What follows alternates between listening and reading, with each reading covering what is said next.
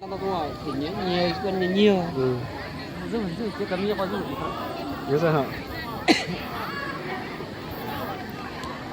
Biết rồi. Học cùng đến nhất từ các lợi độ.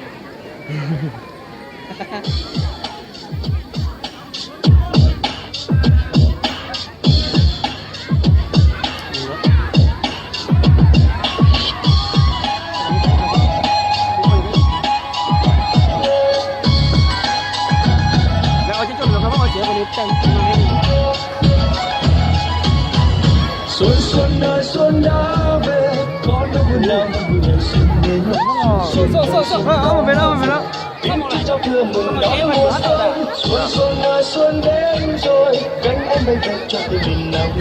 Xuân xuân ơi xuân đến rồi, những đóa mai vàng chào mừng xuân sang.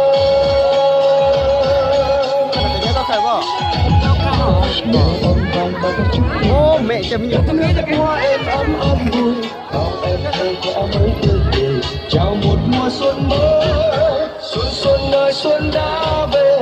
Kính chúc muôn người với bao điều mong ước, trong mùa xuân ta vẫy chào. Kính chúc muôn nhà gặp nhiều an vui.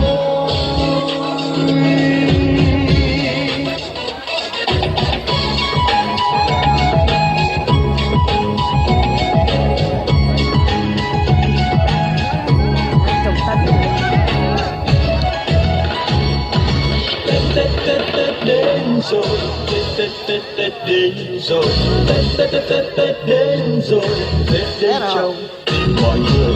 Tết đến rồi, Tết đến rồi, Tết đến rồi, Tết đến trong tim mọi người. Cùng ngày Tết trên khắp quê tôi, ngàn hoa thơm khoe sắc xinh tươi. Đàn anh thơ khoe áo mới, chạy tung tăng vui pháo hoa. Mừng ngày Tết trên khắp quê tôi, người ra Trung ra Bắc vô Nam, dù đi đâu ai cũng nhớ về chúng tôi bên gia